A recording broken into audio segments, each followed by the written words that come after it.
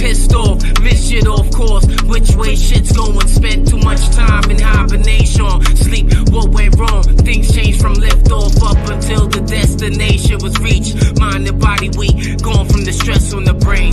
Lost in the void of space, what does it really takes to stay sane and maintain stability? Is this really me floating in the maze haze of what will I, could I, who should I be? Am I destined to weep and cry my life away for all the wrong mistakes I made and take the blame? Damn, this shit is so insane. Just wanna flow free like a river into the ocean, not headed what for the fucking drain. Life caught up in disarray, system malfunctioning, made days instead of paydays. Red light blinking, thinking where's the green? Hoping this is a dream, it only seems to be a nightmare. Scared, pure fear of the unknown. Where's here? Do you know what I mean? Journeys through the galaxies at light speed. Please just catch me. Heart always crying, but my heart won't stay silent. Sky is the limit, but after that I'm not finished. Heart always crying, but my heart won't stay silent. For liftoff, like a hooper when it's tip off. Yeah, I'm ready to score, ready for war. Polishing my flocka like the son of Allah. Creating rain, hail, and earthquakes, the God in the flesh. And they say God makes no mistakes. From natural disaster to calm and laughter, I'm balancing the scales like a yin-yang master. Emotional intelligence is energy intelligence. The wise use the mind to align with the elements. Health is a benefit. Treat the body like a temple. They creating fire. Heart always crying, but my heart won't stay silent. Sky is the limit, but after that I'm not finished. Heart always crying, but my heart won't stay silent. Sky is the limit, but after that I'm not finished. Heart always crying, but my heart won't stay silent. Sky is the limit, but after that I'm not finished. Heart always crying, but my heart won't stay silent. Sky is the limit, but after that I'm not finished.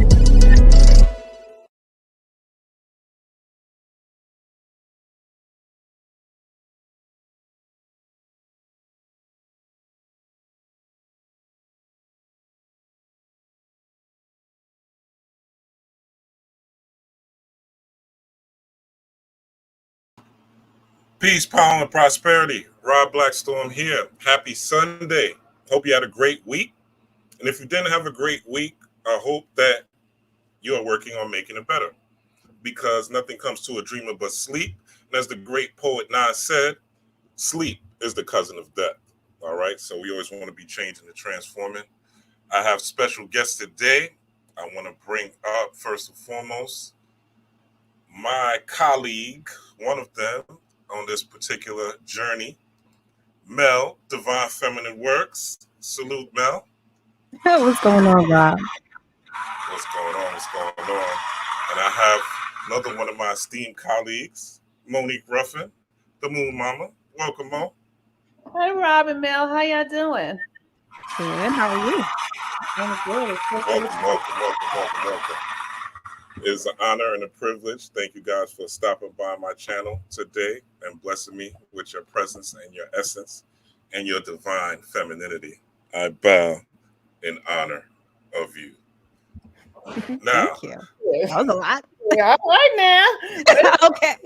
It's an honor. All that. Thank you. It's real. Y'all could have definitely been like, nah, we ain't talking a minute. I don't want to deal with this. You inconsistent. You know how Virgos are. Y'all on, on time. But I appreciate y'all coming back and rocking with me again. And we're going to keep this going. We the new Virgos. Now.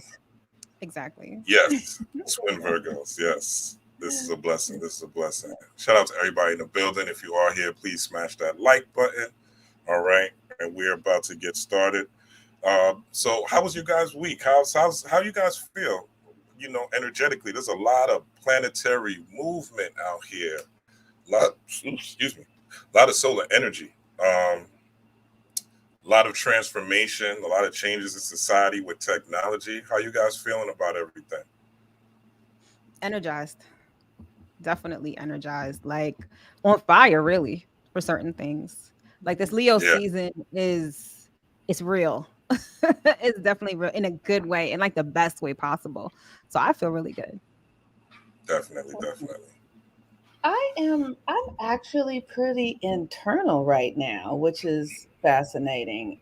I'm aware of all of the energy, and my spirit is telling me to get in my body. And Mm, all of my practices have been deeply inside of myself. And I'm like, wow, but it's summertime. So it's like, just take it, don't rush. You don't need to rush. Just so I can feel what Mel is saying. I'm also aware that I'm not giving myself the dialogue that has me feel like I'm missing out on anything because, yeah. Um, and this Leo energy for me is about really claiming my identity, like, because it's that child energy, and children have that freedom to really be themselves. So I'm activating that inside of me. yeah, yeah. I guess we should open up with that, being that it is Leo season and we haven't discussed that. I'm definitely feeling that energy in the air as far as just feeling, like you said, feeling my body, like my organs, like very organ sensitive, if that makes sense, Mhm. gut Yeah. sensitive, um, and just feeling like energy, rising up. There's times where I'll have like physical charges, where I'm just like electrified to the point where I have to kind of burn it out, go to the gym, or even just take a walk, or just go outside and sit in the sun. But it's almost like I'm being called to move, so to speak, and be active. Um, Mhm.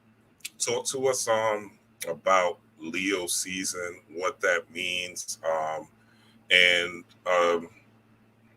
yeah, talk to us about. Let's start with Leo season, what that means, how we define that, and the ways we should be looking at this particular season and the things we should do. I think Leo season has a lot to do with, like Mo said, your identity, your inner child, also about like personal power, but personal power gained through authenticity. Like this is the time of year that's so powerful. And it's more so about realizing who we truly are and having the courage to live that out loud. Um, so it can be a very sort of emotionally triggering time for people too, because if you're not walking and living in your authenticity, it's like everyone's light is shining. And if you're not shining your own light, you're really just in someone else's shadow. And that can be really Mm, triggering for some people. So I think it's one of those seasons where, and there's something about summer that I think it brings up a lot of insecurities in people, right? Because people are wearing less clothes, people are out, people are doing the most, people are in relationships, having fun. And if you're not doing any of those things, kind of like Mo said, you feel like you're missing out or you're afraid that you're missing out on something. And maybe this is the time to figure out not only who you truly are authentically, but what season you are authentically in right now, because everyone is not in the same season either. Like for some, this is a time where you have to be a little quiet. I know I've done readings lately for Leos, and some Leos, like, this is a time now for them to be inside, right? Whether that's physically or whether that's spiritually. Whereas for some people, me included, spirit is like, nah, we outside right now. Like, this is the time for you to be expressive. This is the time for you to be active and take steps. So it's all about figuring out who you are and where you are right now, and just living that, being comfortable with that, finding who that. For some, you may not even, this may be the beginning of the journey where you're figuring out who you are and what you want, because that Leo energy is all about not just being your authentic self, but really tapping into your heart space. And so that may require you to figure out what you really want, what's really in your heart, which also leads to a lot of heart-centered work. So again, I feel like it's also a season that may be really triggering for some people, because you're starting to figure out what you really want. And maybe what you really want isn't in alignment with where you currently are. So a lot of revelations. Leo is ruled by the sun, so everything comes out in the sun. The truth comes out in, the truth is the sun, right? So we're getting energized, we're getting truthful, we're getting authentic. So it's a lot. It's intense.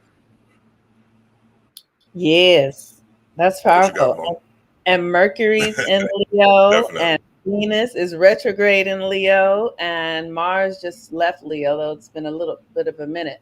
I feel so. Leo is the archetype of Horus, Haru. Energies is by these signs, or this, the Leo is like, how can I work with this energy in my life? How is it? so the first thing I want to do is understand where it is in my chart, and then begin to I want to transmute it, because like when I was a child growing up, like I have Mars, let me say it, I have Mars in conjunct my ascendant, which means that growing up I couldn't really be myself because something was suppressing my energy. But I always felt who I was. And who I always felt like as a child, I felt like I was a magician. I felt like I was a fairy godmother. And then the world taught me that I should do this and that. So I had to put all that stuff away. But now, since I'm doing work to heal, I come back to that inner child and begin to cultivate that energy from another perspective. What does that mean for me now as our world is coming undone? How can I really tap into these magical abilities? How can I really open up my heart? How can I be more free spirited?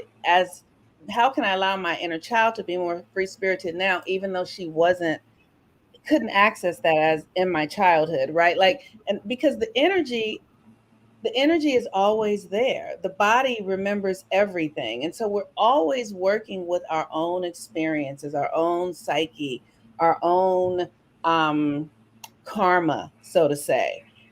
And so in this Leo season, for me, it's like, how can I become more authentic? And what are the tools I'm using to access that? Mhm. Yeah, yeah.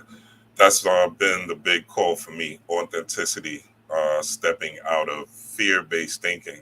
And like you said, it's about Horus, Heru, the will, and which Leo season is, I will. So Yeah. basically, what I've been noticing and what I've been seeing is there's a lot of, and even in my readings, a lot of people that are going through transformations in relationships, Hmm. where they're questioning their partner, they're questioning how they've interacted with their partners, and yeah, are they being their authentic self, or are they just trying to fit in, and go along to get along, so to speak, to be in a space where they're just comfortable, basically settling for less than they really deserve. And Hmm. it's challenging to step out of the comfort zone because your body, I posted this on Facebook, your body fights against it. Literally, your Yeah. physical body is always wants you to be comfortable. Your brain wants you to be comfortable. It wants you to be safe. It wants you to be secure. So your brain and your body are working in conjunction with keeping you as you are. We're keeping you in the same lane that you've always been because it's the lane that you know. That's So right. if you grew up around a lot of drama and a lot of chaos, most likely when you're in relationships with people, even in intimate or non-intimate relationships, you're going to carry that level of chaos and that level of drama because that's what you've been conditioned in your body and your brain. Like it's somatic, it lives in your tissues. It's So in it's your nervous something that system. you exactly, yeah. Yeah. So it's something that you actually have to fight. So willpower is a mind over matter thing. It really has nothing to do with you responding to the physical body. It really starts in within and by conditioning the mind. So I think that's the ill part of ill isn't slang, but the ill part of this particular season that is causing a lot of people to change, and you could really try to go against that and be stubborn, and it's very easy to fall into escapism, I think. Yeah. So just a go ahead, Mo. It's the Venus retrograde piece, right? Because Venus is the body. Venus is the feelings, right? Venus is the emotions, how it feels, right? So this you there is what I'm discovering in this journey of healing and coming out of the old ways of being is understanding that my emotions are not my enemy. The emotions need to be mastered. You have to master how you feel. So you have to feel it in order to master it. So one of the things that I'm noticing in myself that I've been doing castor oil packs on my liver because the liver holds anger and grief Mm, and sadness and despair. So all the times I wanted to tell somebody, get the fuck out of here, leave me the fuck alone. I don't give a fuck about what you're saying. Shut the fuck up. All the time, you know what I mean? When you're 13 and 14 and or even when you're 30 and 40, or you want to really, but you don't because you're taught, or you're in church and you want to say, that's a fucking lie. You know what I mean? We're in spaces and we know that we're being lied to and know, but you can't speak up. That stuff gets stored in your liver. That stuff doesn't go anywhere, you all. And so I have been doing the work because my body was giving me all of these signals of fear and anger and terror when I wasn't really fearful or angry and terrified. And I was like, what is this? What is this? And I started really communicating with my body, and I'm realizing that, oh, these are old, unspoken energies that are stored. That's right. That's right. That's right. Liver well. That's right. So you're doing it too. And I feel like it's the answer to I don't want to be out here just talking like like the liver is holding on to your great great great grandmother's anger, 7 generations in your liver. So, Venus in Leo is about us reprogramming our body as well, our heart, getting the heart open. And how many times have you been heartbroken? You didn't get the job you wanted. Somebody didn't say the thing you wanted them to say. Somebody didn't do the thing you wanted them to do, and you didn't, and then your heart carries that energy. And so you have to begin to let that stuff go because that's keeping you heavy so that you can't move into your ascension process. Okay, I'm not gonna get too far ahead because I can go on for all day. Cook, Mo, cook, Mo, cook. so We here for it. We here for so it. so opposing this Venus and Leo is Aquarius, and we're about to have a full moon in Aquarius. And Aquarius is the future, y'all. Aquarius is the future. And what you have to understand is that your body is projecting your reality. And when we are doing the old things, when we stay stuck in the old emotions and the old behaviors and the old thought systems, which are compelling as fuck. They're very compelling, right? Like the thoughts of racism and your daddy didn't and your mom. When you stay in that stuff, you project that past into your future. Like you have to project the future. Like the future doesn't come to you, it comes through you. Yes. Yes, yes, yes, yes. And Aquarius rules the eyes, the cones of the eyes. And the cones of the eyes project the reality that you have inside of you. Wait, don't So give us all the full moon and Aquarius stuff yet. Don't we'll get there. We'll get there. all right, Because all right. I see you boiling though. I see you Told me boiling. to cook. You You got told me to Aquarius cook. energy. You I know put that the air chicken sign. That Aquarius. It looks like a water sign, but that air.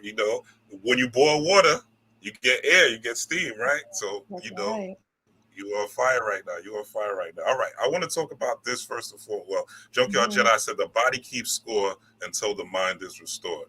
That makes a lot of sense according to this Leo season. Yeah, that is the mantra and the motto and the affirmation because it's really about that. That's why a lot of people are doing internal work as far as healing, the liver and stuff like that and detoxing. Like I was talking about in my live yesterday, as far as eating light and eating green foods and things like that, um, vegetables and fruits mostly, just so that you could take in these neutrinos. Neutrinos are negative light, right? Or negative energy that's basically sourced from the ground or from the soil. But negative doesn't necessarily mean bad. Negative is feminine energy, so it's eternal energy. So what we're trying to do is cultivate our inner light so that we could shine it outward. But it does take the inner work because everything starts inside out first. Mhm. So definitely agree with all that. I want to talk about uh, these two, which I thought were very distinct: Aries retrograde in Chiron, and the Aries North Node, the switch from Taurus, Scorpio North Node, or Taurus, well, one of them, Scorpio. And Taurus to Aries and Libra, and the Aries North Node with also Aries retrograde and Chiron. How would those two transits work together or work against each other, and how can we use those both to further cultivate ourselves with that fire energy? Also, with the Leo being a fire sign and Aries being a fire sign as well. So with the North Node now in Aries and Chiron now in Aries and Chiron having just gone retrograde, I believe last week in Aries, the focus is on us. Aries is all about the self. And so much of what we do and what we're conditioned to do is to look outside of ourselves, to solve our problems outside of ourselves, to find love outside of ourselves, to validate ourselves outside of ourselves. And Aries is like, nah, it's an inside job. We need to look at ourselves. Now, Aries is not necessarily that deep, though, right? So, some of the other, the saving grace for that Aries being a little superficial is Chiron, because Chiron is going to take you to the core of your wounds. And with Aries being a sign associated with the self, this may be self-esteem issues. It may be issues with your body, like especially if people have like disabilities or any sort of deformities with their bodies. This is when you're focusing on that and healing those wounds, right? Because like Mo said, it's our future is projected from the inside out. And with Aries having us focus on ourselves, it's time to address the things that you really want. And what I love about Aries energy is that it's direct. Other signs are goal oriented or are amped up, but it's sort of in a direct sort of way. Aries is like, no, I want that thing over there. The shortest route from here to there is what I'm going to take. So Aries energy is very direct. So with all of that going on in Aries, and now we're in Leo season, so we got the sun in Leo, we're about to have a new moon in Leo, we've got the Lionsgate in Leo. Aries and Leo make a trine, which means that the energy flows harmoniously. So we're not only addressing the things that we want in a direct sort of way, we're tapping into our heart space and really tapping into the things that we really want, finding our authentic voice, finding our authentic identity and living that and shining that, right? So long story short, I feel like all of that Aries energy is just focusing on us and allowing us to address ourselves, which is super important, right? Because we're always addressing other things. So again, it's all about the focus on us. I'll say. Love it, love it. Aries is the archetype of the pioneer. And the thing that is significant about Aries is having courage to go it alone. Like That part. when I'm working with Aries, like I have Chiron in Aries and I have the North Node in Aries. So I'm really like, so the thing that I am really working with is, can I believe in myself and my codes exclusively? Because we have been conditioned as women to care about what other people think and to give our power away to the other. And then that makes you untrustworthy to the universe. It's like, if you have a child and you can't get that child $10 because if you give them that $10, they're going to do something with it that will be harmful to themselves, right? Like, that is how the universe is working with us, with our energy, our power, our gifts. If you are not responsible for yourself, if you are not in love with yourself, you cannot manage the power that the universe has in store for you, because you're going to say that again, Mo. What? Say that again. If you are not in love with yourself, if you are not responsible for yourself and to yourself, you cannot be trusted with your gifts and powers, because you are going to be too concerned about what others think, what others are doing, how you are impacting like others. And it's not about that. You've got to be so loyal to yourself so that you can understand how you function. I feel like I just keep using the example of one day when I got my iPhone, I went to the Apple store and I realized that they taught a class on how the iPhone really works. And I realized that I was using a very small percentage of it. Like most of what it can do, I don't even know. That's how you are with your body and your consciousness and your own system. You don't even know how it works. You've been taught to make it so basic. Oh, I can see, I can eat, I can talk. There are things, but you got to be trustworthy to begin to expand into what you're really capable of. You have to be loyal to yourself so that you don't fuck it off, so that you don't use it misappropriately, so that you don't. Do you understand what I'm saying? That's Aries. That's Aries. That was just Yeah, like huge confirmation for me. that was, That's why I was like, say it again, yeah, because I was like, oh, okay, yeah. super Yes. fire, super fire, more fire, more Message. fire. Yeah, yeah. Fire is a purifier. Yes. Heat that burns things up, and oftentimes, when they talk about these Canada forest fires, whether that's real or not is debatable. But Mm-hmm. when they have these Canada forest fires, or even these California fires, usually they rebuild in those places. They build new homes or new things, right? There's always something new going up. So Mm-hmm. oftentimes the fire may burn. It's like, you getting a shot or you getting some medicine that may be bitter, but at the end it's designed to heal you, And they say, if you can't stand the heat, get out of the kitchen. But what if you gotta cook, and Right. you can't afford to eat out, or and you have very little, and all you got is some beans and some rice and a couple pieces of chicken, and that's all you could muster. You got to go in that kitchen, even if it's 110 degrees, right? And do what you Mm-hmm. got to do and sweat it out.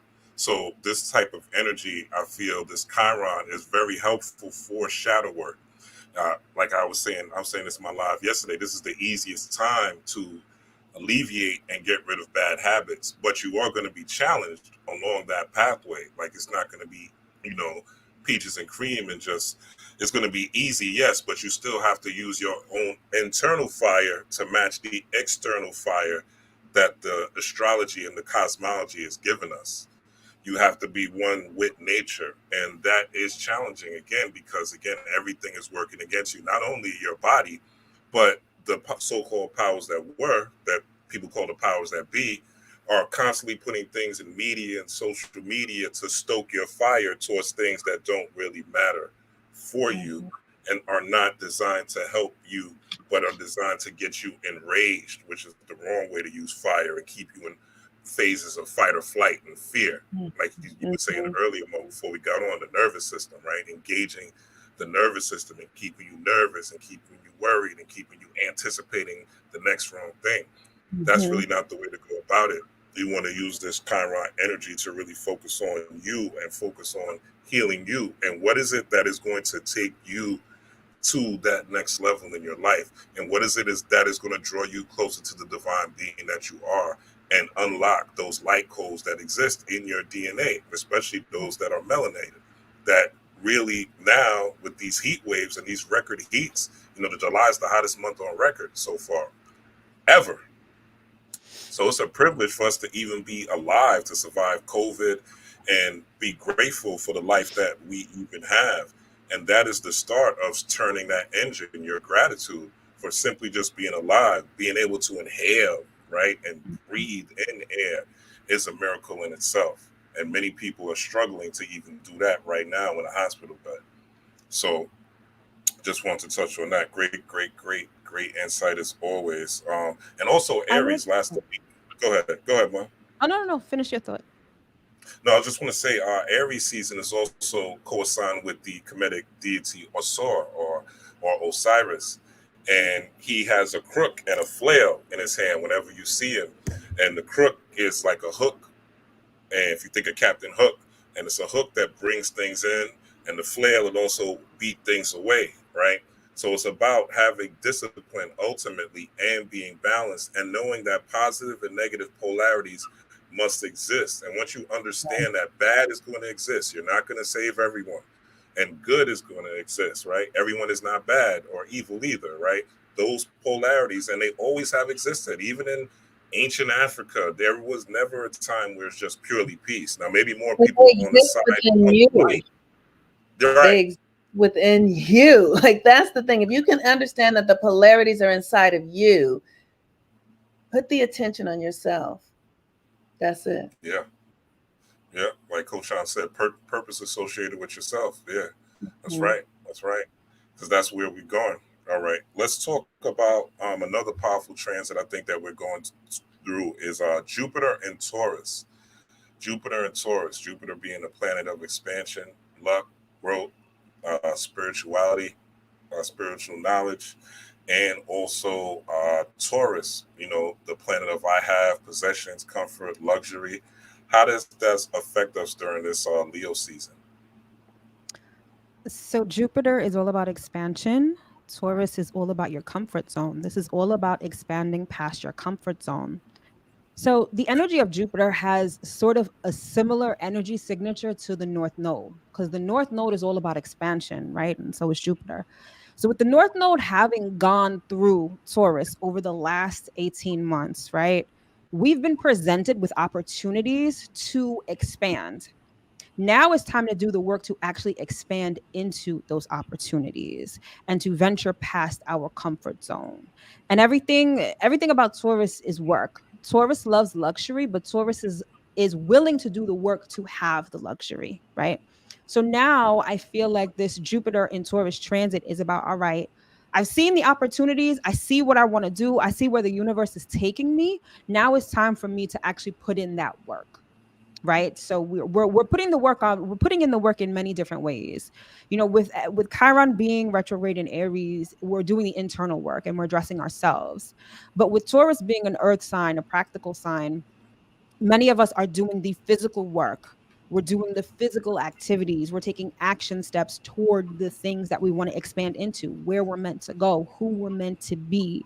So it's also a time that's a little bit uncomfortable. The transit of like Chiron and Aries, North Node and Aries, and Jupiter and Taurus, they're going to coincide for a while, but as they do, it's sort of like this push and pull, this wanting to stay comfortable, but also seeing the future and understanding what needs to be done to get there. So this is a time that is full of a lot of work, but Jupiter is the greater benefic. It bestows positive energy. So you can't not win if you do the work. If you do the work, that's where you're going to find your abundance. If you do the work, that's where you're going to expand. You're going to receive abundance, good fortune. Jupiter is associated with the Wheel of Fortune card in the tarot, right? Like the wheel has to turn. If you're willing to do the work to turn that wheel, there's no way that you can't win. But again, this is going to be challenging. And I like that you used the word challenging before when we were talking about Chiron and Aries, because this change, this addressing ourselves, this shit is going to be hard. Like this isn't going to be a walk in the park. Aries is the warrior, right? So we're not only fighting ourselves, but keep in mind the South Node is in Libra. Libra is all about the other. So we've got relationships that may be trying to drag us back to where we're trying to get away from. We've got society trying to keep us from knowing ourselves, from exercising our true power. And then we're looking at the work that we need to do with Jupiter and Taurus, and we're like, damn, I really want to get here, but I feel like I'm stuck over here. I've got all this other shit going on that's keeping me stuck. And, Chiron and Aries is like, fight that shit. Fight that shit to be your authentic self. And then Jupiter and Taurus is like, yo, do the work. And by the time these transits are done, not only will you be a different person, you'll be in a different place and you will have things that you've never had before. Mm, mm. Okay. Oh, shit. Mecca. I think the thing the way I come into astrology is because I want to have the actual experience of these energies, and you have to embody them. And so when Mel is saying do the work, in Taurus is your self-esteem, your value, your worth. Taurus is how you talk to yourself, how you feel about yourself, right? So the work is, Jupiter is luck, blessings. Jupiter is your spiritual practices. Jupiter is how you access your divinity. How do you connect? So this is about, the work is about the practical the practices that you embody to bring you into your own divinity. That's what this is. This work is internal, it's in the body. Jupiter rules Thursday, Jupiter rules the liver, you know what I mean? So these things have to happen in the body is all, because one of the things the ancient Kemet's knew is, like, Egypt was set up according to the body. Have you ever seen those diagrams? Like Washington, the city of Washington, D.C., is set up like a body, it's a human body. And it's so important that we know, but understand that the power that we seek, the memories, the everything is in our bodies, and we are very much in our heads right now. When we talk about the abandonment of the divine feminine, that means that we abandoned our bodies. The the body is the feminine, the feelings, the emotions, and the mental is the masculine, is the mind. So most of us are in our minds. We're thinking, thinking, thinking, thinking, because it's so hard to feel. It's so, because we've been through so much trauma. We've been through generations of traumas that are stored in our bodies. It doesn't go anywhere. So the work with Jupiter and Taurus is really embodying our self esteem. But Jupiter says, you're divine, you're God, you're lucky, you're blessed, you're fortunate. So, where are you in your own mindset around that? Are you able to embody being fortunate? Are you able to embody being blessed? Are you able to embody being a creator, that you are the creator of your reality? Can you embody that? Because that's what Jupiter and Taurus is saying to do. You got to live it. All right. What tools would you guys say would be useful to embody that particular Jupiter and Taurus energy? And the reason I'm asking that is because, LVMH, Louis Vuitton, Moet Hennessy, right? They become the owners, become the richest man in the world. Like, he's overtaken like the tech giants, Amazon, everybody. He's the richest guy in the world. And that's all about Taurus energy. I would say the negative aspect where you're steeped in luxury, comfort, and clothing the body, right? Glamour, right? Glamour magic, the illusion of comfort, the illusion of luxury, having all these material items. So what tools would we use to kind of overcome materialism, being, because a lot of people say they believe in God or they believe in spirit, but they're really using this as an outlet for materialism, right? Once I get Yeah. enough money, I'm gonna use this to do money spells, money rituals. Well, all that is good and opportune. You're really just manifesting opportunities at the end of the day. If you don't take advantage of them, no matter how many spells you do, and if you're not prepared to meet the opportunity, it really doesn't matter.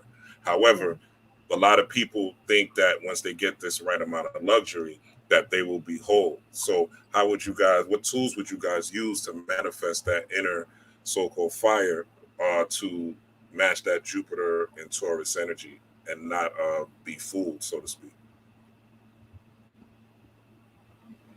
That's a good question.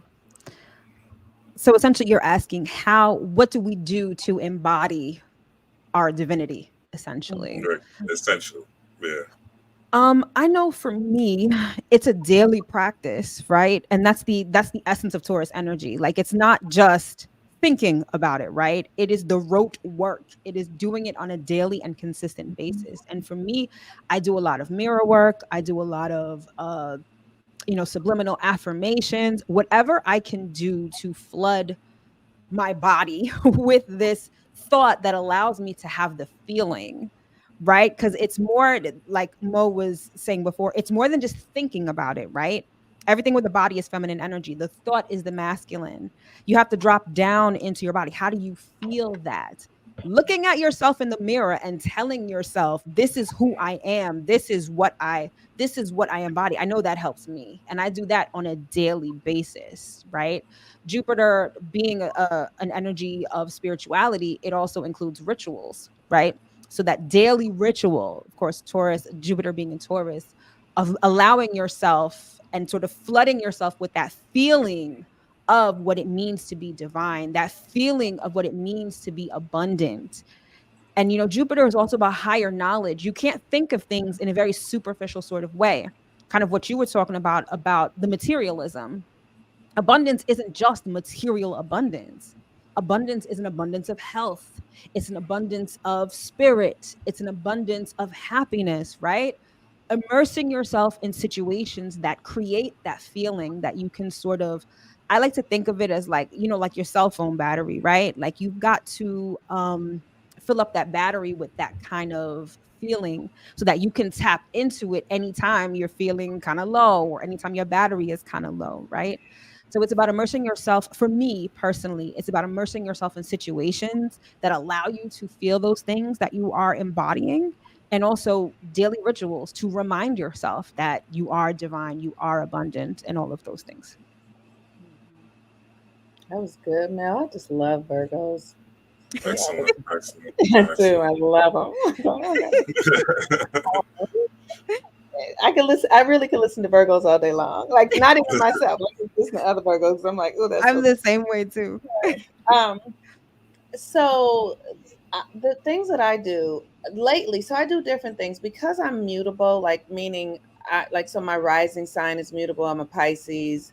I have a Gemini moon and a Virgo sun. I'm very mutable, so I have to change a lot. Like I bore so quickly. Like my body gets used to things, and once it does, I have to up the game. So I do cold water plunges almost daily to shock my system because my body was because experienced a lot of trauma growing up because I watched my father be violent to my mother. I had a signal in my body that I was in danger constantly. So I've had to do the work to reprogram that signal. And people who've dealt with molestation, early sexual trauma, we many of us have been stimulated really early in life before we had the mindset to understand what was going on, and then our bodies got programmed into a sensory experience. You all right over there? You all Yeah, right yeah, over yeah, there? yeah. I'm taking off my socks. Don't mind me. I'm listening.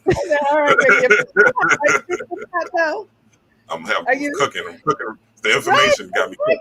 I Yeah. know. That's good. The body, that's a real thing. So the body is holding on to stuff, even if it's not in your lifetime. If like my grandmother was the product of rape, that was in my body, right? I like so I've been doing the cold water plunges. I've been doing inversions um to turn my head upside down so that my blood will go the opposite way. I do like the stones on the body to really um, loosen the fascia so that the muscles can open up a little. Like I do things that are helping me really get into my body because from my childhood, the experiences that I had were so frightening to me. I was stuck in my head. So self pleasuring, um, like I said, rubbing my own feet, massages, a lot of things to just get myself in my body and out of my head.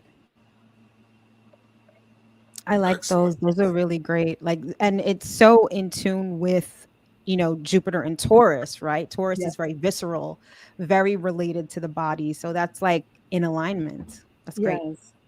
Thank you.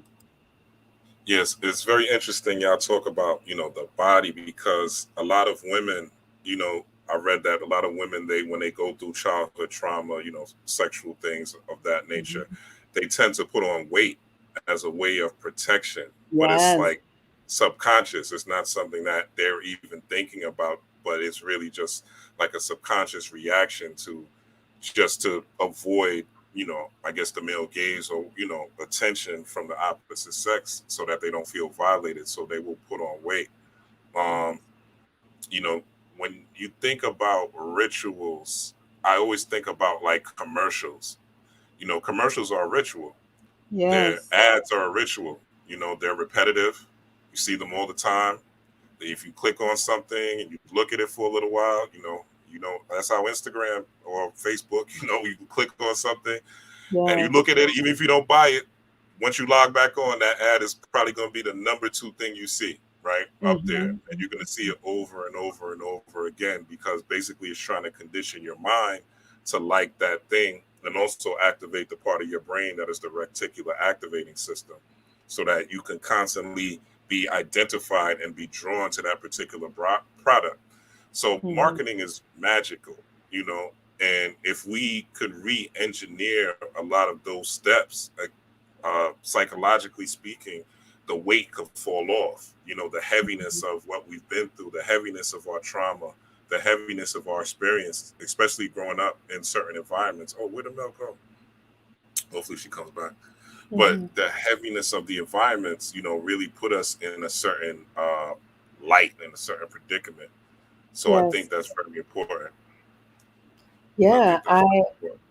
At this time on the planet, especially, when we're at the beginning of the healing journey. You know what I mean? As a people, I feel like as Black people, we're we're in the onset of this, and so um, and there's so much new technology out. There's so much new information. We're starting to really realize that we've been lied to about everything. So it's really exciting. You know what I mean? It's like we have an opportunity to do something we've never seen done before. What do you think about the symbolism of this writer strike? How does that relate to astrology? Especially you being out there in California, you probably Yeah, feel the energy a little more intense I than do. we I do. have clients. I have clients who are in the industry, and yeah, so I have that going on.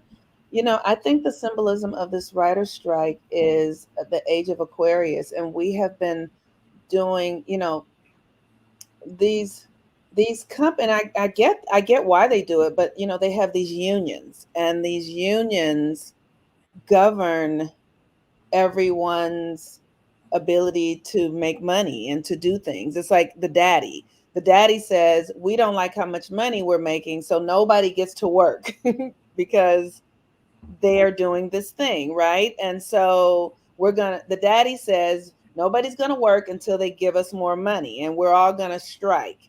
So Pluto in Capricorn is destroying that external authority. Pluto in Aquarius says you are your own authority.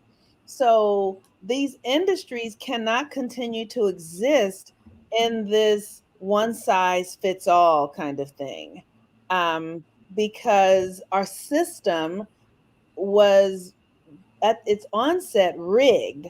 So because it was rigged means it's going against nature. And my belief is that it kind of had to be rigged for other people to be able to compete with Black people, because if I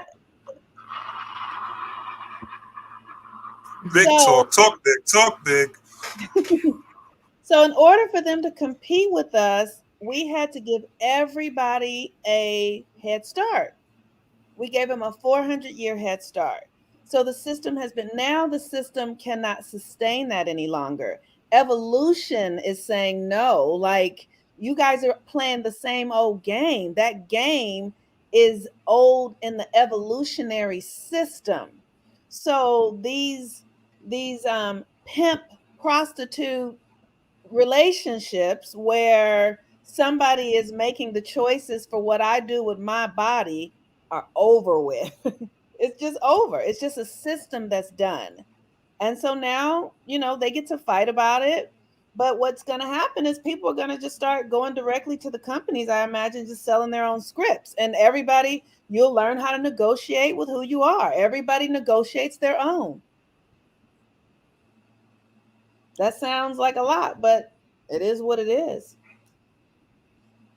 Yeah, the system's gonna fall. It's gonna fall. and I believe it's That's going to right. start with Hollywood because Yeah. that's where the magic lies. They're literally casting spells on the masses, and they always do it through media. I remember here in New York, in the '90s, like when Boys in the Hood and Menace to Society came out, people in New York started doing drive-bys, and that was like a no-no. Like we don't do drive-bys out here. That's not what we Wow. do. People started wearing Yeah. Dickies and stuff like that, right? But it's just the power of media, the Yeah. power of the movie industry and things like that. And like you said, I think it's going to, even though there's AI and things like that, I think it's going to lead to more independent creators and people now creating their own studios outside of That's Hollywood right. and their own lanes, right? And, Yes. coming up with the money themselves. And with all this new technology, like AI makes it much easier to make movies. It makes it much easier to craft and create actors. Now, when maybe on the downside to people that have been established in that industry, but it's just like the taxi industry when Uber came, when Yes. Uber came, it rocked, especially here in the city. Like it rocked the That's New York right. City taxi That's industry. or when iTunes came and rocked the music industry. Exactly, exactly. So That's these what industries, that's what those industries are going through. Exactly. yeah, yeah, they're going more towards you work for yourself and That's right. that Aries energy again. You know, who are you? I am. And I am energy, and this is what you have to. So if you're passionate about making movies, you're passionate about acting.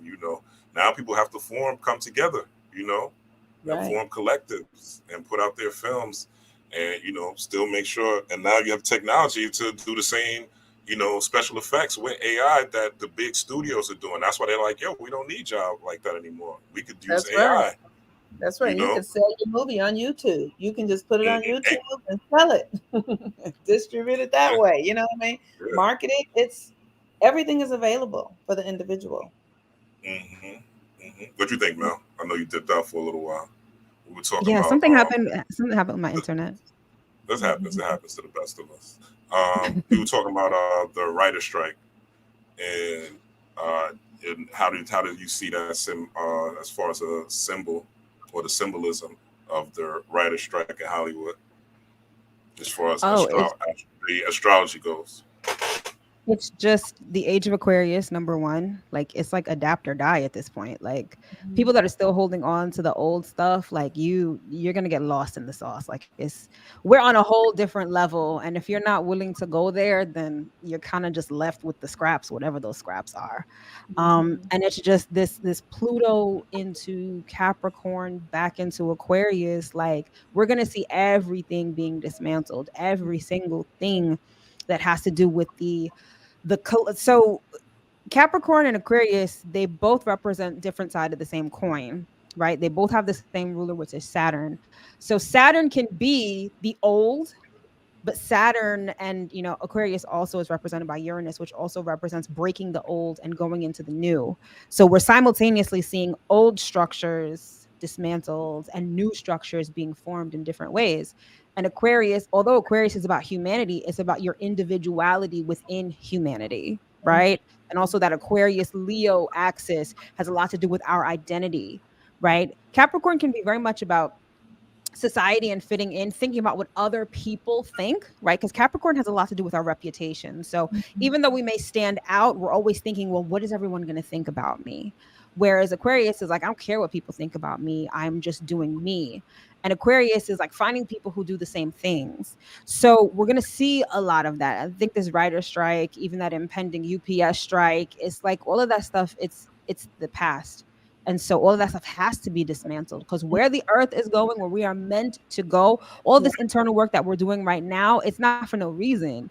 It's because you're needing to get on the right frequency to Yes. be where the earth is going. That's This right. isn't even just about you anymore. Mhm. It's about the future. Like there's so many people, and I hate to say this, like this is kind of going off tangent, but I'm just feeling inspired to say it. Like there are gonna be so many people dipping out. Like really dipping out because they cannot handle the frequency of where we're going.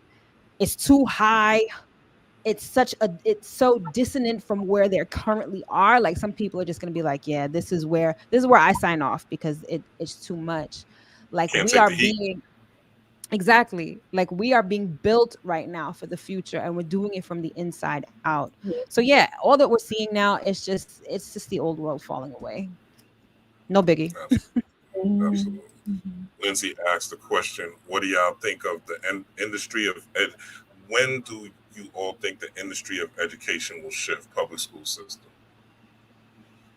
I I think think it it's already shifting is. now. I think it's shifting now. Yeah. Yeah, I think so too. I think people Mm. are more doing a lot of homeschooling. That's been coming Mhm. around a lot. I've seen it on my Mhm. timeline and things like that. Or looking for options to homeschool. I think Yeah. that's the future. I think the public school system is a relic of the past. It's made Mhm. for factory workers, always has been, and it's made for your children to go to prison for the most. The school to prison pipeline Mhm. is well detailed and outlined. Mhm. It's been documented in New York Times and various other publications, step by Mhm. step. So, I mean, I think that's an outdated model at this point. I mean, most of the time, your kids are in school during the day when they should be outside, could be learning about nature. It's not really a practical system anymore. People Mhm. are leaving high school, people are making money as teenagers. Like in my daughter's school, she's like, these kids got money, these kids got, thousands of dollars. And I'm like, how are they doing that, And I'm like, oh, YouTube, oh, Mhm. Twitch, Yeah. Snapchat, they got these gaming platforms and things like that. So the whole model and the whole idea of school and schooling is just, I believe it's at the initial stages of a permanent transformation. Even colleges with Chat GPT. I mean, if I could say, type in Chat GPT, give me a 500-word essay. I mean, that's going to change all that. It's going to change you to College is over with. dissertations. I think Yeah, I think Yeah, college is over with. it's yeah, done. it's an outdated model at this point, in Right. my It's an opinion. outdated model. And it's like they were talking about on Twitter, like this the affirmative action thing with the Ivy Leagues. And I'm like, Who still wants to go there? Number right. one. Right, Like, right. like what are Like, you yeah, I doing don't with your care Who about your life? cares? affirmative action at this Who point. cares? I don't need your affirmative action. You're not teaching shit. Everything that the school systems teach was for the American system, the Western capitalistic system. The medicine system is for Western, you know what I mean? Like it's not real medicine. Like it's all towards the reality that is collapsing. So it has to go or update. And it can't be based in these simple racist ideas any longer because racism is completely outdated now. Like we can't survive that way any longer. Yeah, yeah, yeah. I was even talking to somebody, about the Food and Drug Administration and how they're both linked together. They give you the Yes. bad food with the GMOs in it and all the other additives to make it more addictive. It poisons you over time. Then you got to go to the hospital, right? Yeah, So that feeds that industry. So the food industry is being fed. Now you have the medical industry being fed. And what do they give you? The drugs. So food that's and right. drugs going together. So they drug you with the food, then they drug you, and now you typed into big pharma. They never tell you about herbs. Look at 2020. If you talked Yeah. about herbs or any type of herbal healing, they banned you. Like they took down like one of my videos because of that. I was talking about herbs you could take, and they were like, "No, Wow. we don't want that misinformation." I'm like, misinformation, herbs? Like, no, because they want you to tap into big pharma. They want you to Yeah. enrich the shareholders of these companies. They want to get rich off your pain and suffering. It's vampiric at the Yeah. highest levels, you know. Though, so definitely, I think a lot of these structures or old structures are changing. Um, let's get into something I think you two guys will definitely, or you two queens will definitely appreciate. Mars in Virgo and Mercury in Virgo, those two transits. I know you two are Virgos. What are you guys feeling, and how does that apply to us in this particular arena of Leo season? The Mars in Virgo, that aggressive, assertive energy, and Mercury in Virgo, the planet of communication and technology and swiftness and speed. So those two transits, I like to call them very like unsexy, right? Because Virgo energy, it's very practical and it's all about your daily routine. So not only are we doing the inner work, But with all the other configurations going on, we're really being urged to take a look at what we do on a daily basis right now. Because I think what happens is, even when you're on the spiritual journey, right, you're looking big picture. Everything is where you want to go, everything's what you want to manifest. Virgo was like, all right, what do we have to do today? And then tomorrow, and then the day after that, to actually have these things. Virgo is also about your physical health. So we're being urged to address our physical health in a very practical way as well. So with Mars, Mars is all about our ambitions, what we desire, what we want. And Virgo is like, all right, cool. This is what you want. This is what you want to do. How do we not only perfect what it is that we do on a daily basis to have those things, but how can we do it in a way that's organized and efficient? Right? How do we do this so that it makes sense in a practical sort of way? So both of these planets with this energy in Virgo, and we're only going to have more of that because Mercury is going to go retrograde in Virgo. Mercury is going to be in Virgo for a while. Yeah, I was So looking at that. until October, I think, Yeah. right? Hmm. Either Yeah. September or October. The Yeah. So shadow starts on August 3rd. The shadow for Mercury starts August 3rd. So yeah. mhm. And so it also brings up a good point that the all of the Mercury retrogrades this year are in earth signs. Hmm. So everything that we are reflecting on, everything that we're thinking about, everything that we are remembering, we're doing it in a very practical sort of way. We've had enough energy, or I mean, we're still going to continue to have this energy, but we've had quite a bit of energy where we're forced to look at the big picture. We're forced to look at what we want to manifest, where we're going, right? But now it's like, all right, what do we do on a daily basis? How do we think of ourselves on a daily basis? How do we fine tune what we're doing to get to where we want to go on a daily basis? Virgo is also very ritualistic. That's where that daily energy comes in. Like, what are your rituals every day? And I'm not talking about like candle magic and stuff like that. Like, if we're supposed to address our health, do you wake up and have a soda first thing in the morning? Or are you neglecting your exercise? Like, it's really about what you're doing on a daily basis to get you to where you want to go. So, not sexy. I think that people typically find Virgo energy a bit dry. It also can be very sort of know it all and perfectionist, and all of that stuff. And with Mars in Virgo, you're going to find a lot of that as well. Like, Mars can be very opinionated, and so with Mars in Virgo, everyone knows everything. Nobody wants to be challenged. People want to be very perfect and precise. But yeah, it's really just getting us to focus on what we do on a daily basis to get the things that we want and to go where we need to go. Um, that's really powerful. I think the thing that, for me, because I am a Virgo with 5 planets, it's really about the practicality of the fact that we have Mars in Virgo. We won't have this again for 18 months, right? So, like, we're living at a time when the planetary configurations that are happening are um, very succinct in our ability to change, to transmute, to become different.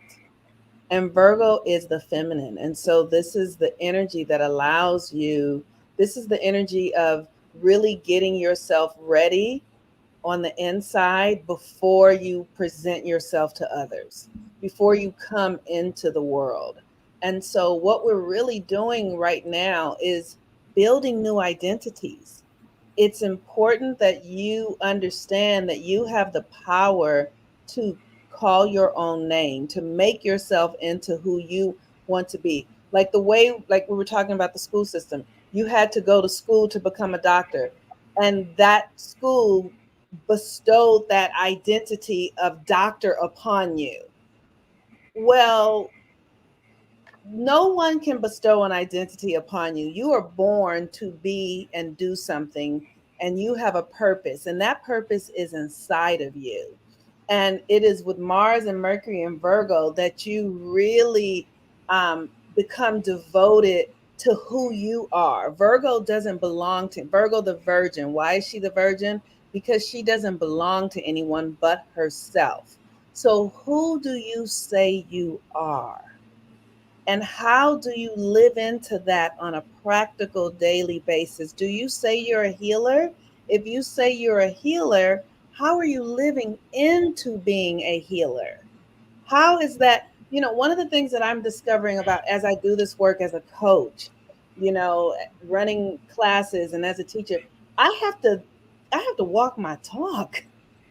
I have to walk it. Like I can't just be saying it, because when I sit with people, I have to be able to identify what I hear them saying that they can't identify in themselves. And the only way I can do that is because I've done my own work. I've actually done the practical shifting and healing and moving that allows me to be able to assist another. That's Virgo. Virgo is the servant. Virgo is here to serve. She is here to help you. So, but she can't help you if she hasn't helped herself. So, everyone has a thing that they are here to be of service in, because everybody has Virgo somewhere. So, where are you here to be of service? And then you have to master that inside of yourself so that you can then be a servant and help others along. That's Chiron, the wounded healer. You heal your own wound, and then you can help the other heal their wound. This is what Virgo is. And so that's what I'm doing. That's what we all get to do. We get to look at ourselves, see where we need to heal. I'm in my body. I'm every day talking to my body. You know, I'm a woman who, like they say, a woman of a certain age. So I'm having what they call men on pause, right, or menopause. So that my hormones are reallocating themselves. And when the body is not planning to have a baby every month, now the body has that energy and power to build realities, because that's what babies are. It's just a reality being built that has just been focused in a human being through an egg and a sperm. So if you're not doing that, what are you doing with that creative power? What are you building? Are you building somebody talking about they did this or they did that, or they don't, they're my family? What are you building? Or are you building I'm attuned with the divine within me. I am here to fulfill my purpose. What is it that I'm here to do today? How can I serve today? What do I need today? How can I meet my own needs today? And then how can I be an example to others? It's a daily thing. It don't ever fucking stop. You have to sustain it. And then you have to rest and be like, fuck all this. You know what I mean? And then, and Yeah, then you get whenever Absolutely. yeah. No, I was gonna say whenever I think of Virgo, I always think of this Dominican Day Parade. So you might hear reggaeton, but y'all got salsa not too far from me, so can't do anything about it. But or they'll kill me quickly. But what I always think of Virgo is the I think of like a single mother, you know, like Mhm. whose husband is out to war, you know, and she has to hold down the family and hold down the house and things like that. It's also that comedic or set energy, you know, when you think about the mother birthing and how, you know, a single mother when she's there, how there's so much goes as far as taking the kids and maintaining the household and education and discipline, you know, and instilling values and morals and, you know, teaching and just life in general and just organization, cooking, all the things that take up mothering, nurturing, and things like that, right? Care, all the things. So Virgo is I work. So from my understanding of what I've gathered from y'all, with that Mars energy, and that Mercury energy, it's really about listening to yourself, what your inner conversations are, and being aggressive on how this your work is helping you. Like, what are you doing on a day to day basis, so to speak? What are your daily rituals? What is it that gets you out of bed in the morning, and how are you thinking about yourself? What are your ideas about yourself? What are your ideas about your life? What are your ideas about the now, which is the future, right? Are you stuck in the past, right? Is every day you're thinking about the bad that happened yesterday. You're thinking about the bad that happened last year. You're stuck in Mhm, I coulda, shoulda, woulda, right? mhm. That Mars and Mercury energy is about changing that conversation, like my homegirl Ife says, into a good news conversation, right? Right.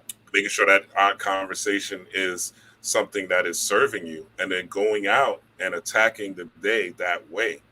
And really, the more you do that, the more you condition your energy like that, your electromagnetic field, right? When we talk about women, we're always talking about heavy magnetism, because the greatest power that women have are their magnetism, right? Men, they're electric, their activity, what they're doing, but women are naturally magnetic.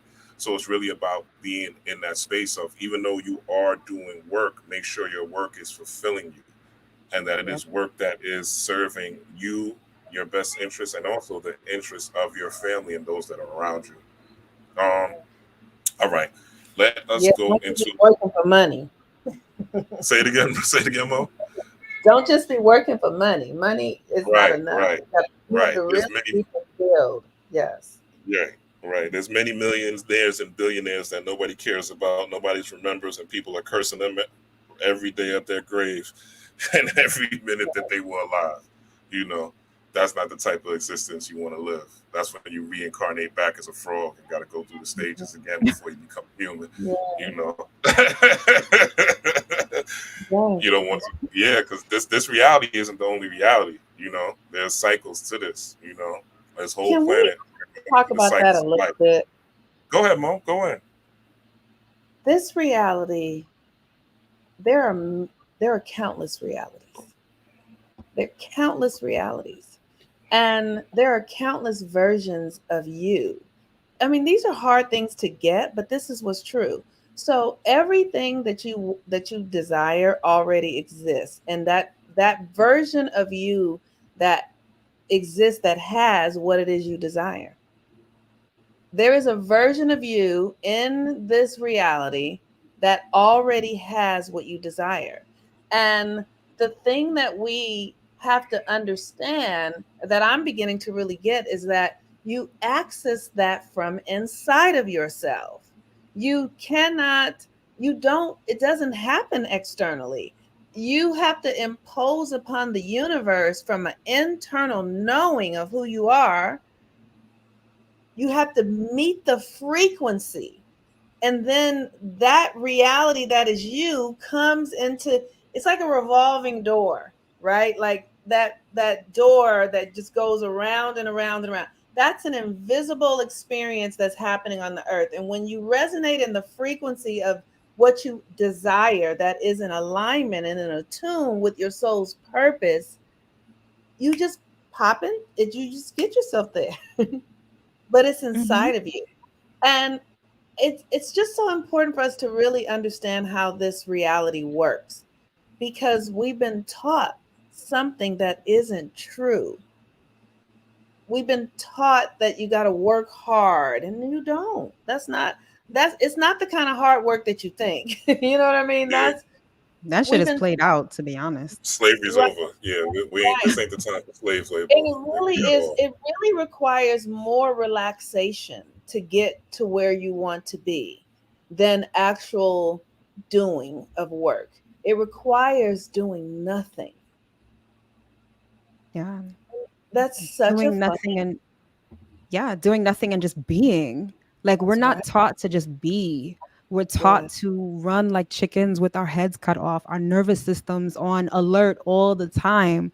Like Right. you said, the reality, th- there is a reality, like you said, where you have everything you want and you are the ultimate selector. Reality is just a process of repeatedly selecting what it is that you want. It's like opening up the closet every morning and picking the outfit that you want. You're not you're creating because you're like you said, attuning to that frequency, but it's done already. That's right. You just have to select it consistently. The shit You that you have to don't want. create the environment inside of yourself that Exactly. allows you to you have, that's what you're creating, the environment inside of yourself that allows you to hold the frequency of the reality that you desire. Okay, go ahead, I'm sorry now. Exactly. No, that's exactly Yeah. that's putting it perfectly.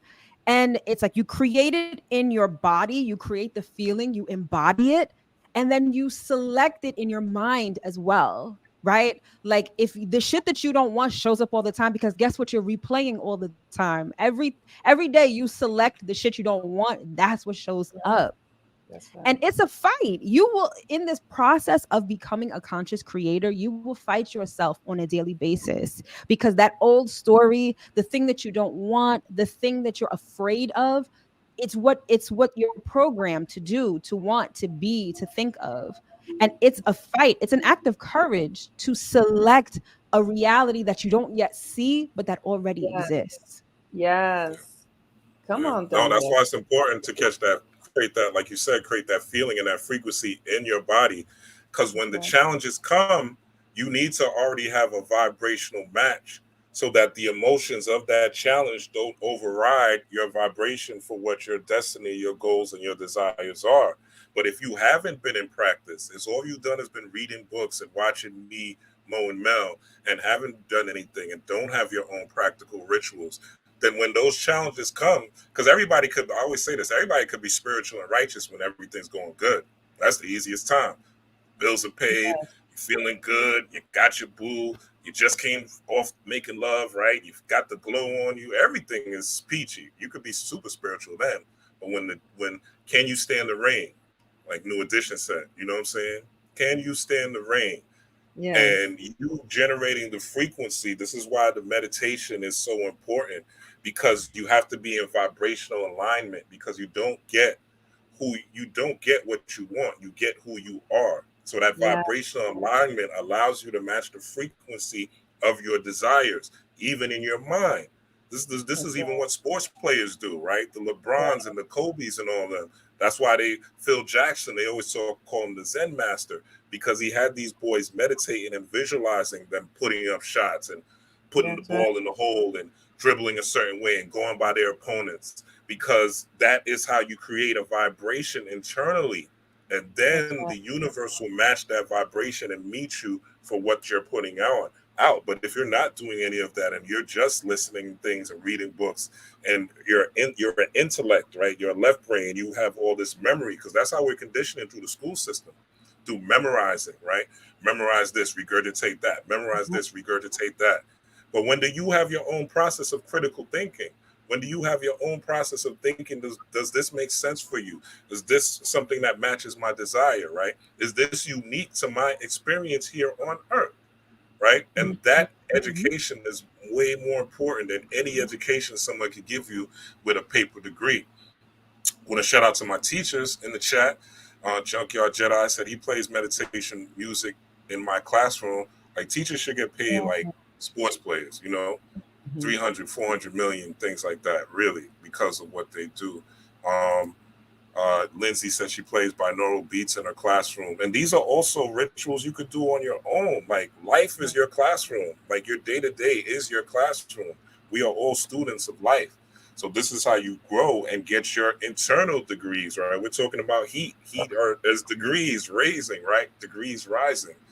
Um, and also, Junkyard Jedi says, I allow time and space for truthfulness in my class, right?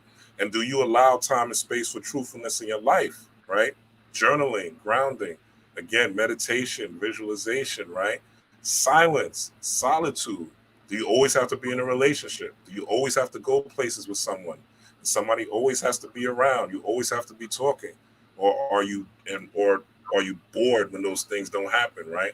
Boredom is a sign that you're not making enough time for yourself, because there's always more to learn, there's always more to do, and there's always more to achieve. So you really want to guard your mind in these places of time. All right. I want to run through, we covered some of these retrogrades, but I want to cover, in particular, Neptune in Pisces. And what does that mean for us in these days and times? Neptune and Pisces. So Neptune is the planet of illusion. It's the planet of deception. That's why it governs the media and film and things like that. But when Neptune is retrograde, we're a little bit more realistic. We don't see our heads aren't in the clouds as much. We don't have the rose-colored glasses on. We're able to see things for kind of how they really are. And with Pisces being the sign of our internal world, we're being asked to focus on our internal world, right? Because anytime a planet is retrograde, the energy is directed inward. So we're inwardly looking at our inner world with we're not seeing it in a very fantastical sort of way. We're seeing it more in a realistic sort of way. And you couple that with Saturn currently in Pisces, and Saturn is also retrograde as well. So we're able to take a hard look at our internal world and our internal structures. So this may be, the programming that we've received, the conditioning that we've received, our inner beliefs. What do we believe, not only about the world, but about ourselves? And is that in alignment with where we're trying to go? So it's all about inward reflection, but in a way that is a bit more realistic and a bit more practical. That's good. Thank you. Neptune rules the subconscious. It's the archetype is the devotee. It's the higher ring of Venus. It's compassion and divine unconditional love, um, and and Neptune takes 270 years, I think, to go around. I think, and so we'll never have Neptune and Pisces again in our lifetime. Like this is a Mm. really significant thing, right? And what it's there for is to help us build new realities. It's the subconscious. It's there to help us clean out our subconscious. The subconscious, you inherit your subconscious from your family. It's the collective choices and codes of your family system. That's why you see everybody has this health disease and everybody has these things and such. Uncle Joe do this and so does Uncle Barbara on the other side do that too. And right, because it's all in the subconscious energy. It's right. So this is where we get to reprogram the subconscious. This is where you get to decide, you know, my parents and were alcoholics. My grandfather was alcoholic, my mother was alcoholic. I'm going to heal that in me. I'm not going to, I'm going to see what that is. And healing it means, it doesn't mean that you don't ever drink again. It means that you create a different relationship with it, right? So maybe they were doing it because they trying to escape. They didn't, they felt guilty or shame because they weren't fulfilled in their lives. So then you do the work, like why were they drinking and why would you do it, right? So then you do the deep internal subconscious work that then allows you to reprogram that subconscious. The ancients call that the amenta. It's the it's where everything Mm. exists. It's this is where we create everything, y'all. This is where it all comes from. And so there's nothing like it. It opposes Virgo. So Pisces is the Mm. heavenly realm, Virgo is the earthly realm. So what you do in heaven soon becomes your earthly experience. What you're doing in your subconscious, if you're running, if you're hiding, if you're scared, many people are afraid of their power right now. Many people are being asked to come into their power. People are afraid of their gifts, afraid of, because you come from ancestors, you know what I mean? Like all that sort of stuff. This is Neptune and Pisces where we really clean up. Hmm. Now, being that Neptune is the subconscious world, right? I always relate the subconscious to outer space, like you said, a Yes. mental, right? Mm-hmm. Or inner space, right? If you want to look at it from a different angle. Um, how does this relate to this quote unquote alien discovery? Do you think that's one of the reasons why this is being disclosed now, or do you think it's just like time? And do you guys think it's real? Like, are aliens real? Yeah. Or do Yeah, you think yeah. like this disclosure relates to the Neptune and Pisces, being that this is Aliens are subconscious? aliens are definitely real. I think it's very prideful to think that, oh, we're the only species out here. Like, come on now. Like there's so many different things Right. out there. So aliens are definitely real. In terms of Neptune and Pisces, I don't necessarily know, or I don't necessarily see a correlation between that. I just do think that it's time. Like we're in the Correlation. age of Aquarius. Like, yeah, like information can no longer be hidden. That's the thing. Okay. So it has to come to light at some point. Mm-hmm. Yes, What do you I think, Mom? think I think that there are other species of beings. I think that we are aliens. I think that we're alien to ourselves. I think that we don't know who we That part. are. That um, part. I think that it's time for us to really discover who we are, what we're capable of, what we're here for. We're not here to go to school every day. We're not here to vote on November 2nd or 4th. We're not here to go to church on Sundays. Not all this is made up shit. And if we begin to ask deeper questions and discover who we are, we'll discover that we're much more than we think or even believe. So the alien that we really get to is ourselves. Yeah, we're the unidentified flying object for Yes, real. we Yeah, are. because we haven't identified how to fly. Yeah, That's we right. haven't And we don't identified really how identify to fly for the ourselves. most part. Yep. Mhm. Yeah. All right. Last but not least, before we get into the full moon, Venus in Leo. Okay. We in Leo sun, Venus in Leo, the love aspect, the passion aspect of Leo. Talk to us about that and the significance of this season. Relationships are on the chopping block, basically. Like people are really going to get hip to the bullshit that they've been subscribing to for the longest time. Like this Venus retrograde season. Like I feel like if you're tapped in, you already know. But I feel like you know how this whole sort of Kevin Samuels thing has been like coming to a head over the last couple of years. I think this Venus retrograde season is where like the lid finally pops off and people are like, whoa, this is not what relationships are meant to be. Or more specifically, this is not what relationships are meant to be for me. Like, we're all about finding our personal identity and therefore finding relationships that reflect our authentic identity.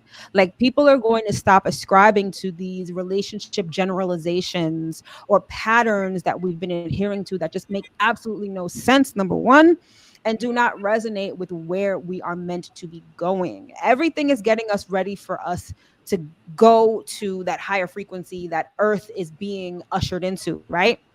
We're doing it individually, and this Venus retrograde season is to do it collectively via our relationships. Like sometimes I think that the best way we learn is through relationships. I think that's why people are so into their love life and everything having to do with relationships because that's the best way that we learn. And this is one of those like it's like relationship school right now. Like we're learning what authentic relationships should look like, what they should feel like, what's really in our hearts. And this is also a season where many of us are cleaning out our hearts, whether it's more so emotionally and even spiritually. Like we're really figuring out like what is healthy, where what really aligns with who we truly are, and are our relationships reflecting that.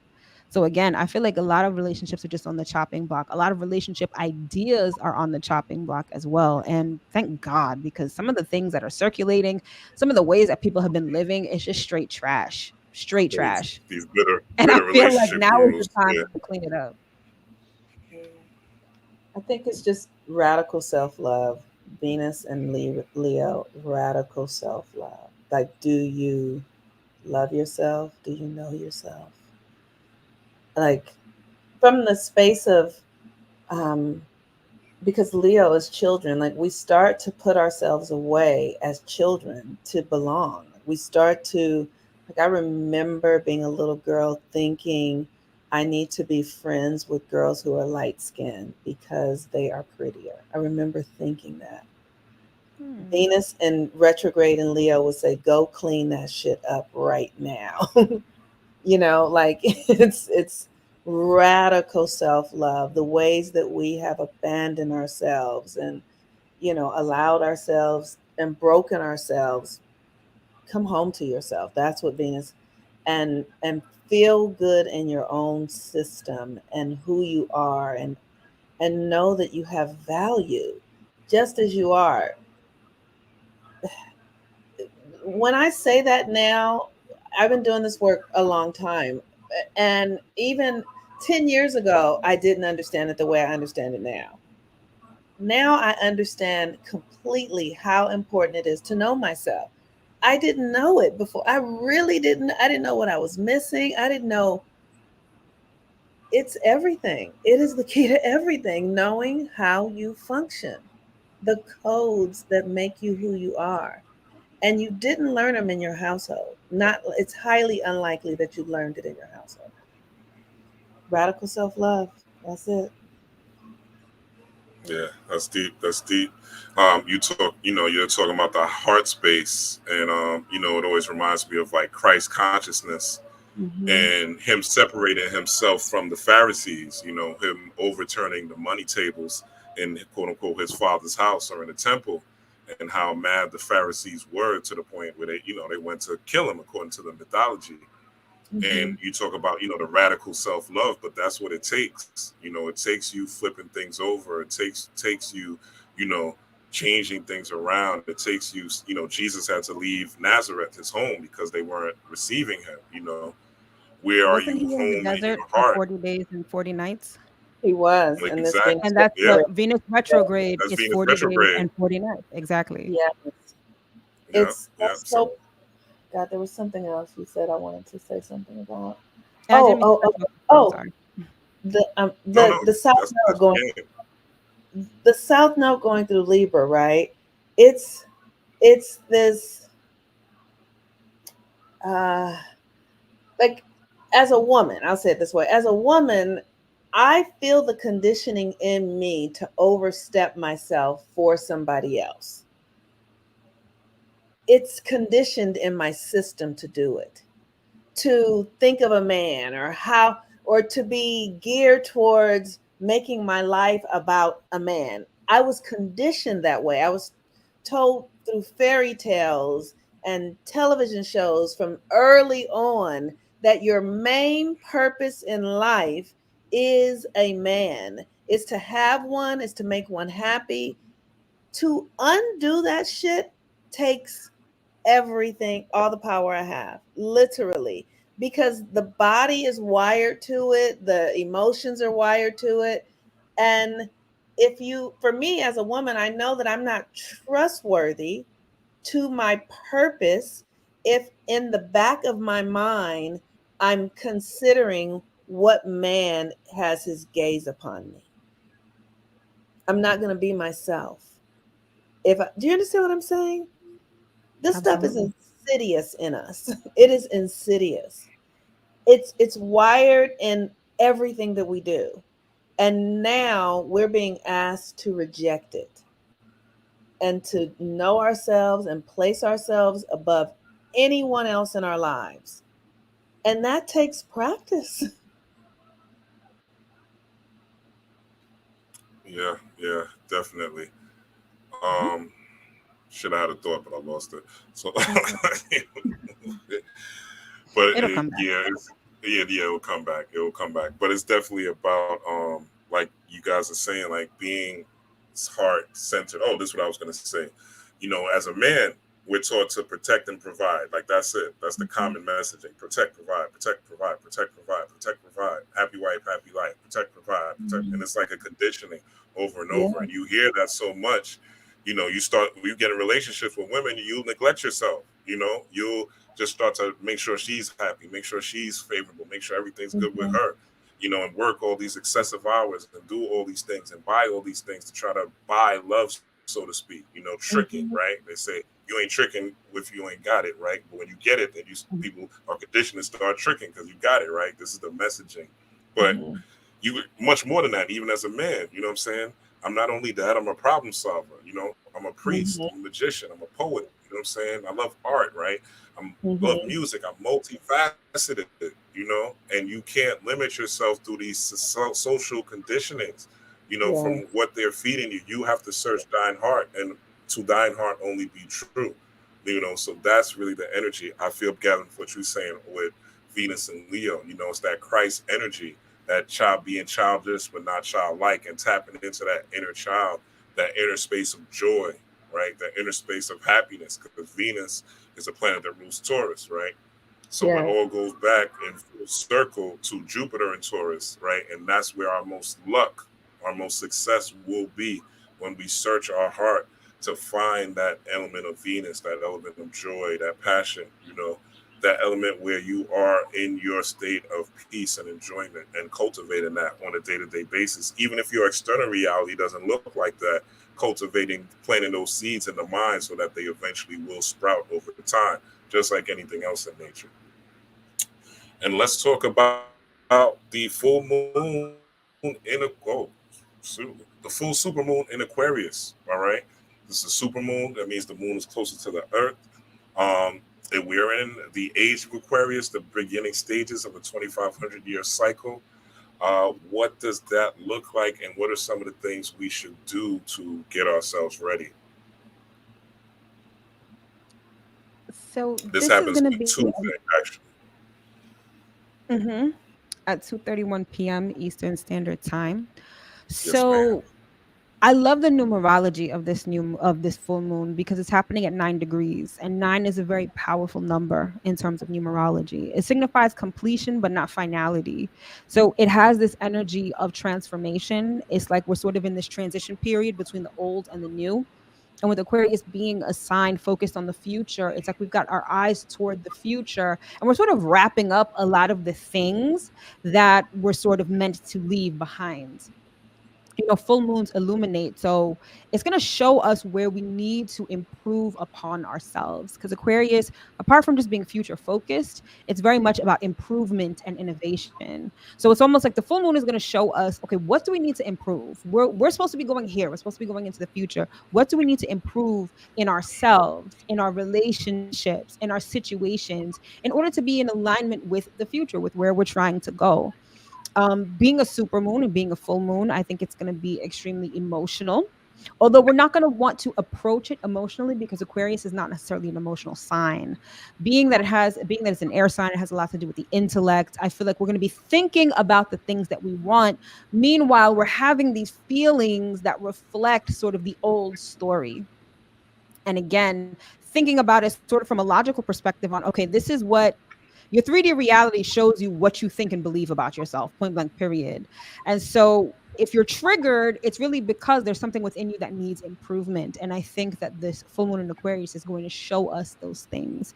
So it can be very productive in terms of, again, what we need to improve, what we need to sort of fix within ourselves and within our lives, with an eye toward the future.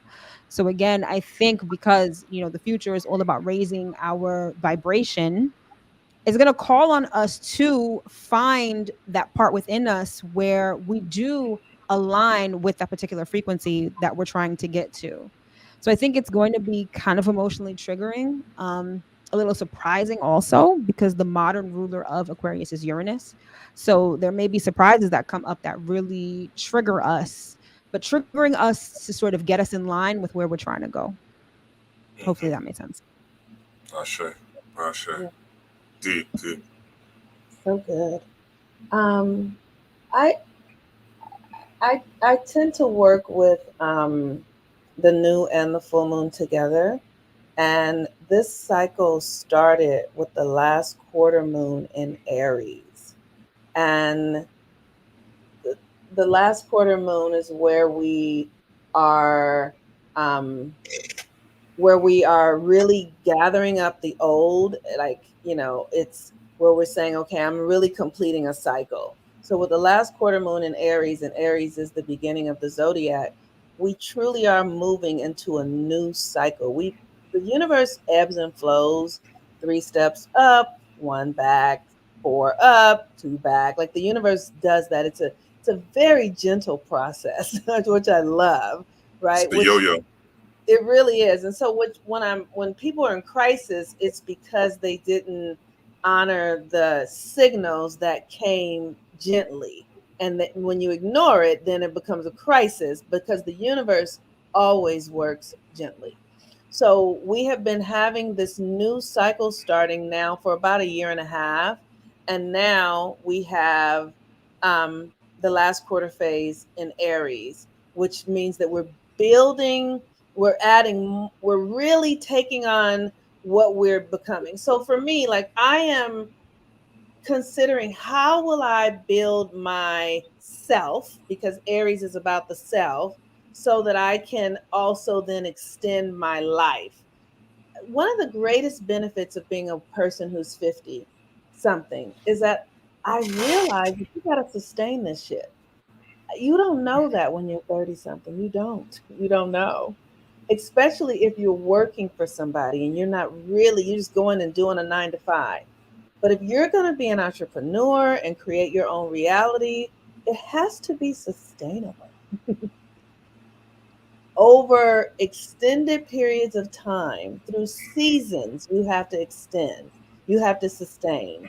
So this full moon in Aquarius is about, how do you generate your future? How do you do it? What are the rituals that you're doing to generate your future? Aquarius is the visionary. What do you see? What do you perceive with your third eye, not with your seeing eyes? Because the seeing eyes see the past. What's here now? I was walking down my street. I live in the same place that I grew up in. And it's really interesting. The buildings that I see now, I saw when I was 3 and 4. But the energy of them has changed because the future brought something different to something that looks the same, but it's actually different. So, how are you perceiving your future? Your physical body might not be changing anymore, really, an appearance level, but the energy is changing. So Aquarius is where you do the rituals to bring yourself into your future self. Now, like I said earlier, your future self actually already exists. The woman that I am, that owns property all over the country, and that has a that is a philanthropist working for to help Black women wake up and their families, and teaching people how to be a priest on a daily basis. That woman, that is me, already exists somewhere. The one who is fully funded, who has all of her systems in place and all the money and resources, and she already exists somewhere. I'm Talk big, Mo. Talk big. right. I'm courting her every day. I'm like, where you at? Come tell me what to do today. What do I need to do today to get to you? Because she's already here. What do I need to do? And she might say, you need to fast today. You need to go talk to this person today. You need to, that's how you do it. But I've had to heal all the trauma and self and not having confidence. And I've had to heal all that stuff in order to be able to tap into the new energy, the innovative ideas, because that's Aquarius, the future. We ain't supposed to do it the same way we used to do it. So that's how I'm using the Aquarius energy, and that's how I encourage us, to get a system so that you are building upon what you did last month, so that you're not just all over the place. Get a system in place, So like when you build a house, you have to put one foundation, then you put the next foundation, then you put the next foundation. The universe is like that. The universe is systemic. I Yeah, I love was that. yeah, yeah. That was fire. That was fire. I was reading that this new moon and this full moon, particular full Mhm. moon in Aquarius, is about grounding, a grounding of a collective energy. Uh, Mm, and how I interpreted that was being, even though it's an air sign, grounding your mind in practical things, things that are really going to work for you, that are going to help your collective. We all have our collectives and people that we relate to and people that are family and friends. And what would the best version, like Mo was saying, what would the best version of you look like to them? How does that develop? Travis Scott dropped the album called Utopia. What mhm, will your utopia look like with your friends and your family? And what role do you play in that, in creating that, in yeah, fostering that, or facilitating that? Because the best version of you is the best version of the world. You don't need to wait for a savior. You are the savior. You don't need yeah, to wait for Jesus to come down and save or resurrect you or take you to mhm, heaven or create heaven on earth if you're a Jehovah's Witness, right? You don't need paradise on earth. You can create your own paradise in the here and now. As Reverend right, Ike said, you don't have to wait for the by and by or the pie in the sky. All you have to look to is the I and I, right? yeah, Look into yourself, look into your mind, look into your soul, and see what changes. Now is the best time again to break these habits that are not getting you to the ideal life that you want to lead and that you want to live, and more importantly, be in a state of peace of mind. Peace of mind is priceless. You can't clothe that, you know, you can't dress that up, you can't surgery that up. You know, there's nothing you could do but harness that within yourself, and that happens through daily practice, through daily work. So these Yeah. transits and these retrogrades are really trying to get us to the point to where we tap into that Aquarian energy that matches this age, and we bring something new and innovative to the table based on our unique coding and our unique DNA and our unique expression. The reason why your sperm hit the egg, the reason that you are here, the reason that you are watching videos like this, the reason that you have a calling to be a higher and a better version of yourself. But that is going to take discipline. It is going to take work where that Virgo energy comes in. It is going to take you doing some straightening. You know, Virgo is also the farming, right? Or that's when people would gather grain for the The winter and prepare harvest. for The the winter. harvest. Yes. The harvest, right? So, what are you harvesting to prepare yourself for 2024 and beyond, right? For the end of the year and beyond, you know? Now is the time to see those things and to allow the fire of the sun, of this Leo energy, and the external fire to burn out those things that no longer are serving you, and to use that energy to propel you down a new path or a new yellow brick road, right? Being that the sun is yellow, right? A new path. And you don't need the Wizard of Oz, you know. You just need to tap into those four archetypes, with Yes. Dorothy being representing that earth element, the Tin Man representing the water element, the Yes. lion Leo, right, representing that fire element, and the scarecrow representing the air element. And if you understand the Wizard of Oz, you understand your own life journey, right? Even down to the flying monkeys, you know.